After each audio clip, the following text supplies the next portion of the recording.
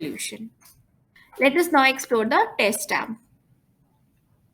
Here, a student has the option of taking various tests. They can filter the subjects and the chapters.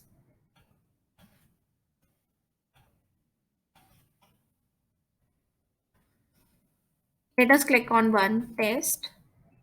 This is a mock test. Check the box and click on proceed. This is how the test looks like. For demonstration purposes, I'm going to randomly give some answers and I'm going to end the test. Click on yes. This is the test report. Here we have the overview of the mock test, the evaluation in terms of time. Then we have difficulty wise analysis and question wise analysis.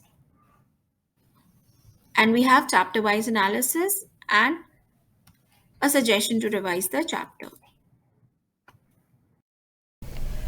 Thank you for watching this video. Have a good day.